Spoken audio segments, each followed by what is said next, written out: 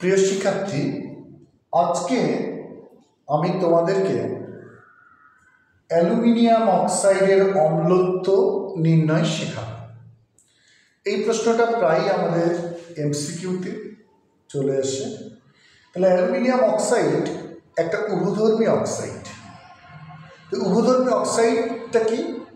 উভধর্মী অক্সাইডটা হলো যারা অ্যাসিড এবং ক্ষারের সঙ্গে পৃথক পৃথকভাবে বিক্রিয়া করে লবণ এবং পানি উৎপন্ন করতে পারে, তারা হলো উভধর্মী অক্সাইড।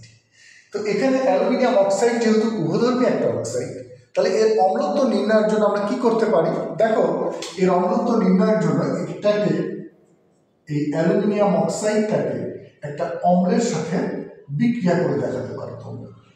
বিক্রিয়া করে দেখাইলে কি দেখতে পাবো তোমরা? এটা যদি আমরা বিক্রিয়াটা করে দেখাই তাহলে দেখতে পাবো অ্যালুমিনিয়াম অক্সাইড HCl এর সাথে বিক্রিয়া করাইলাম। করাইলে ধাতু সবসময় অ্যাসিডের হাইড্রোজেনটাকে প্রতিস্থাপন করবে, তাহলে অ্যালুমিনিয়াম ক্লোরাইড তৈরি হবে। অ্যালুমিনিয়ামের ক্লোরাইড আর হাইড্রোজেন অক্সিজেন মিলে তৈরি হবে পানি। এই বিক্রিয়াটা এবার ব্যালেন্স করে দেবো। তাহলে তোমরা জানো ব্যালেন্স করার জন্য কি করতে হবে?